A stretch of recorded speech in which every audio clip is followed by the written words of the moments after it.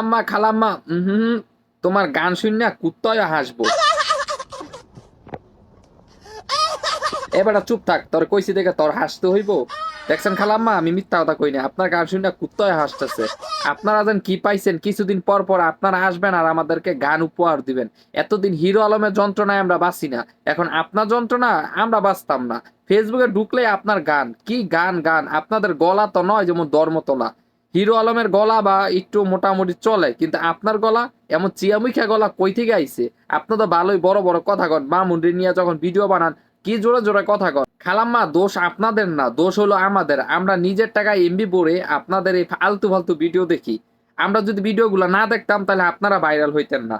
আপনাদেরকে ভাইরাল করিয়া দিছি, কিছুদিন পর পর নাটক সাজাবেন।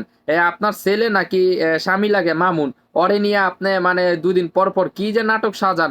ওই আপনার মাইরা দুইরা ওই চলে গেছে, আবার ওরে ছাড়া আপনি বাঁচবেন না, বিভিন্ন ধরনের ভিডিও আপনি আপলোড করেন। সেই ভিডিওগুলো আমাদের মাঝে চলে আসে, আমরা যদি দেখতে নাও চাই তবু আপনাদের ভিডিওগুলো আমাদের মাঝে চলে আসে।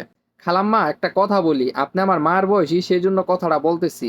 কথাটা হইলো, আপনার কিন্তু বয়সটা কমতাছে না, আপনার বয়সটা কিন্তু বাড়তেছে। আপনি একটা ভিডিওতে বলেছিলেন আপনার বয়স নাকি 40+, আর 40+ বয়সের মানুষ হলে কিন্তু এক ট্যাঙ্ক কবরে চলে যায়। ঠিক আছে, ওই দিক দিয়ে একটু বিবেচনা করেন।